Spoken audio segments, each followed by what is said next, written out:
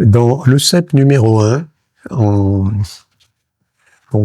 décembre 1997, figure un article absolument fondamental, parce que ce sont des données qui n'avaient jamais été publiées auparavant, qui s'appelle « La datation des aires géologiques remises en question » par Marie-Claire Van Oosterweyck-Gastuche. Alors, les aires géologiques ont été inventées au XIXe siècle de façon à classer les différentes couches de terrain, les unes par rapport aux autres, et en déduire une sorte de chronologie relative de la Terre.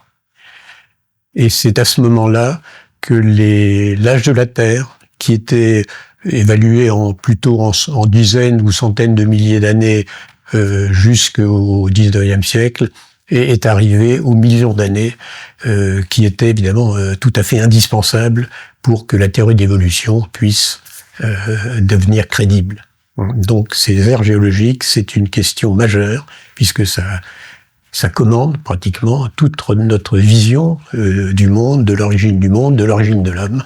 Cette question des aires géologiques est une question passionnante, et la preuve que c'est une question passionnante se voit dans ce qui est arrivé à l'auteur de cet article, qui était une chimiste agrégée de chimie belge, et qui a travaillé sur au départ, les terrains, l'analyse chimique des terrains du Congo belge.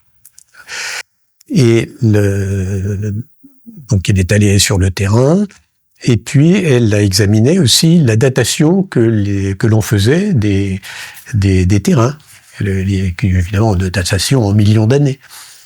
Et elle avait été frappée là-bas au Congo de voir que les agronomes n'étaient pas d'accord avec les millions d'années qu'avançaient les radiochronologistes, puisque il s'agit de datation radioactive.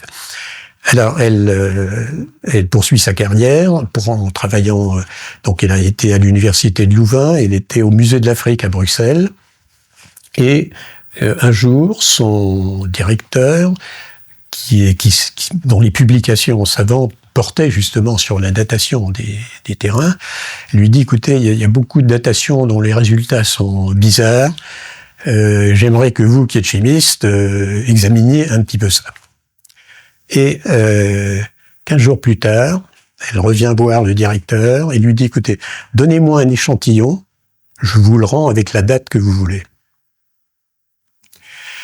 Autrement dit, dans certaines conditions, en particulier avec certaines pressions et températures de l'eau, en fait, les éléments radioactifs migrent.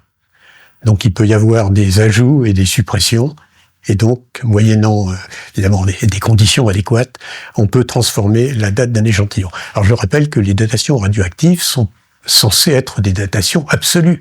On parle de datation absolue.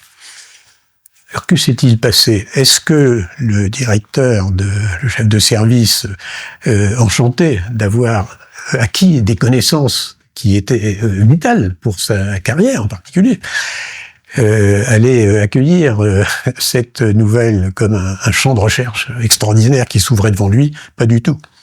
Ce qui s'est passé, c'est que le lendemain, le labo de Marie-Claire Van Oosterweyck était muré.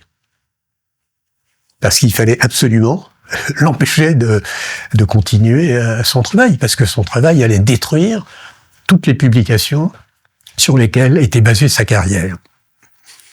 Alors, Madame Van Oosterweyck donc est restée pendant 3 ans sans aucune mission, donc payée à se cultiver dans un très beau bureau dans le parc de Tervuren à Bruxelles, que je me souviens être allé voir, avec une verrière splendide sur le parc.